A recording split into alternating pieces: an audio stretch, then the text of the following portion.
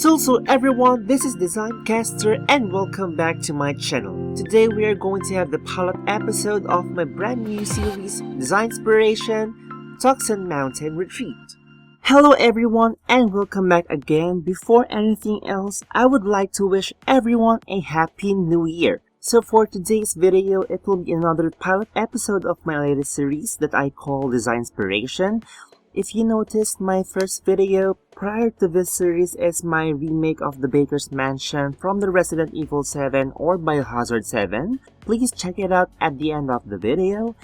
Anyway, I already explained it before, so Designspiration is a new series that focuses on specific inspirations for designs and builds, compared to the Let's Design series which has more of original layouts and designs.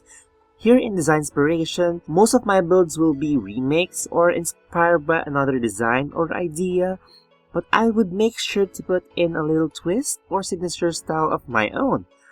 With this video, my main inspiration will be from the Netflix series The World's Most Extraordinary Homes.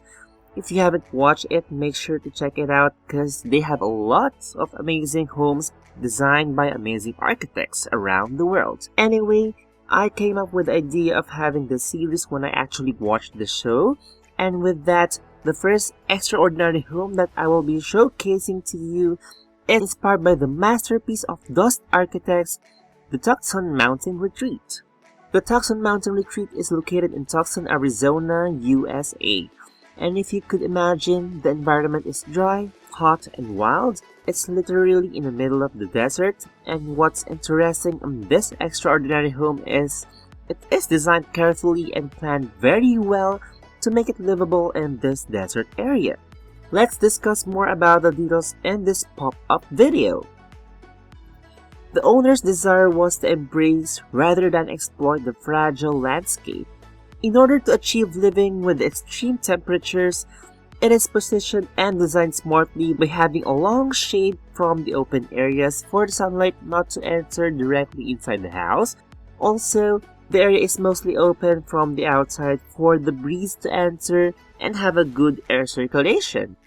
Based from architect Pierce, who is one of the hosts of the show, walls are made from rammed earth, a building technique used to naturally cool the house, and this technique was used for centuries.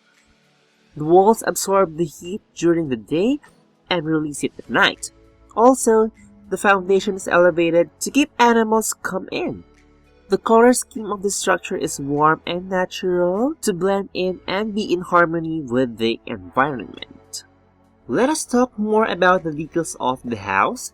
So this house actually has 10 areas, and these areas are the following: the guest area, the open space living area, kitchen and dining area, an outdoor bar and grill area, a pool, 2 toilets and baths, and 2 master's bedrooms.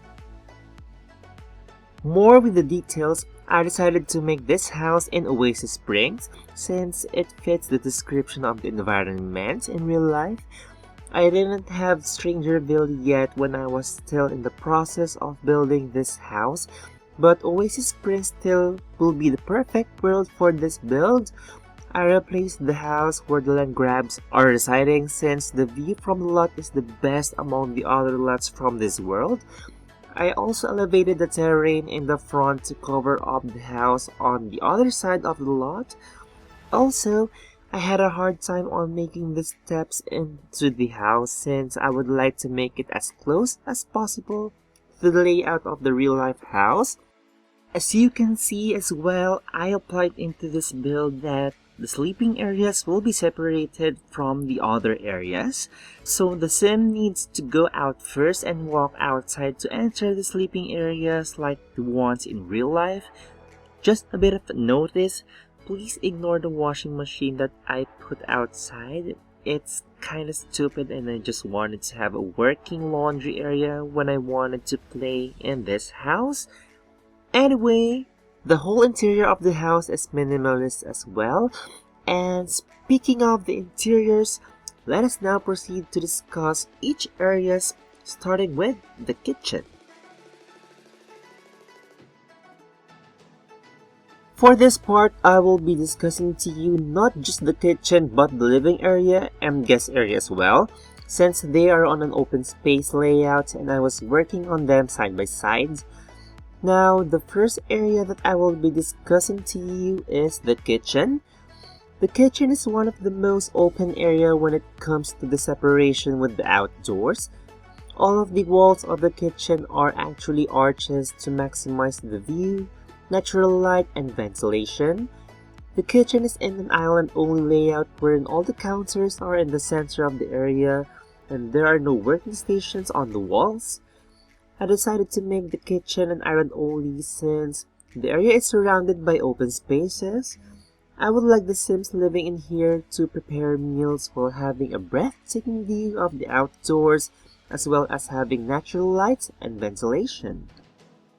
Now, for the living area, the layout is common wherein there's a long couch, 2 living chairs on the opposite sides, an ottoman, and coffee table at the center with the fireplace as the focal point of the living area, and topped it with a rug to indicate and define an area.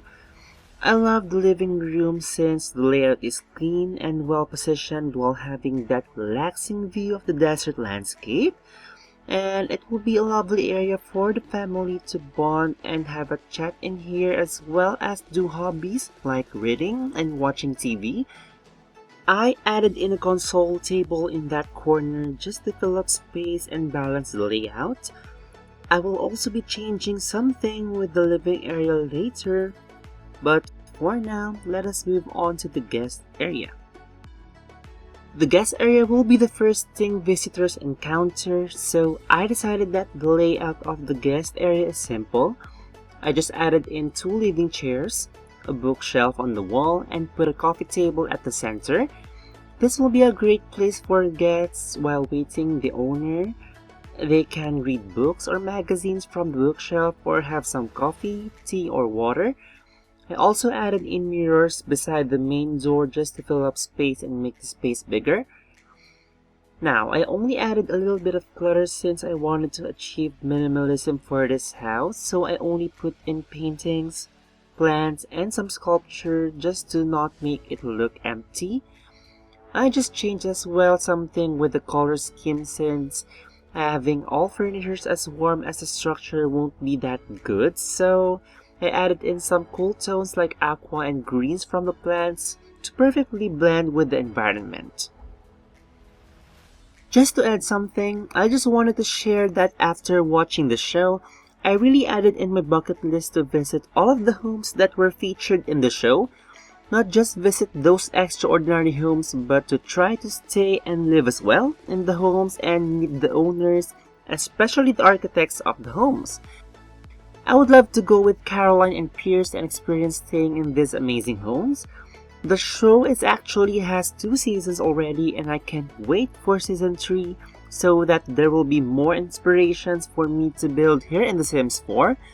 Speaking of the world's most extraordinary homes, I am actually working on another home that is featured in the show and I can't wait to share it to everyone. So with that, if you're not yet subscribed to my channel, click that subscribe button now and ding that bell button to be notified. That is actually everything for the living area, kitchen, and guest area. So let's proceed with the dining area.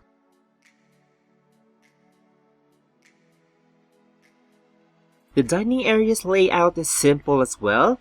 There's nothing much special about this area.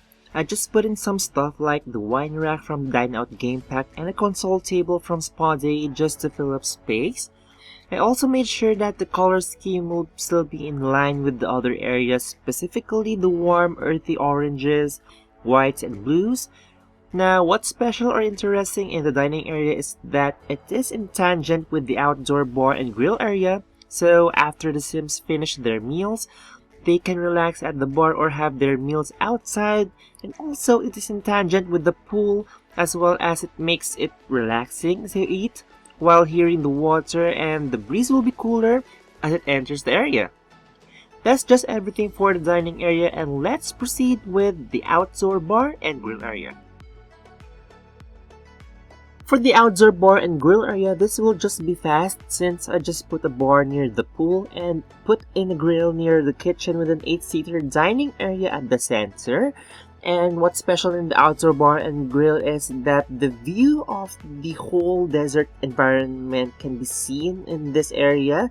So we're actually done with the main building, and let us now move on to the sleeping areas. Last but not the least, the master bedrooms and the bathrooms. So these bedrooms and bathrooms are just a mirror image of one another, but the only difference for the bedrooms is the furnitures used. Now, the layout of the bedrooms is of course a queen-sized bed at the center with 2 end tables on each side, and then topped with an artwork on the headboard. For the clutters, I only put in 1 lamp on the end table and a plant on another end table. Both master bedrooms have their own curved television so that they can enjoy watching TV while lying down the bed. And in this big build, if you noticed, I put in bookshelves first on the wall near the doors of the bedrooms, but later on, it will be changed to a dresser with the minimal clutter since I wasn't able to record that change, and you will see it in the cinematic video after this big build. Now for the bathrooms, they are actually complete mirror image of each other. The layout of the bathrooms is a sink and a toilet as you enter. Then it will be separated by a slate divider that came with the City Living expansion pack. To be honest, I do use this divider a lot in my builds. And then the focal point of the bathrooms is a bathtub of their own. These bathtubs are just beside the separation of the outdoors, and it is actually one of my favorite features of this house since who wouldn't want to bathe while feeling the breeze from the outside overlooking the beautiful desert mountains and landscape. Well, I also put in plants for accessories, and I actually love as well the terracotta floor tiles match well the color scheme of the house. We are already done with the interiors, so let us now move on to the landscaping. Lastly, the landscaping. There's nothing much about this part since I only played with the terraying tool and put a lot of cacti and dried bushes surrounding the house. I also enclosed the whole lot with the fence to make it look like the one in real life. And I also put in a cute old car that is parked to match well with the whole design. And this is it. I can actually believe it's finally done after months of trying to finish this one. And I hope you love what I did for today's speed build. So let us now move on to the official cinematic video. But before we proceed to the house tour and cinematic video, I would like to thank you for supporting a startup channel like mine. Also, since console players like me are going to get the gallery soon, this build will be uploaded with my PlayStation Network account once the gallery feature will be available earlier this year.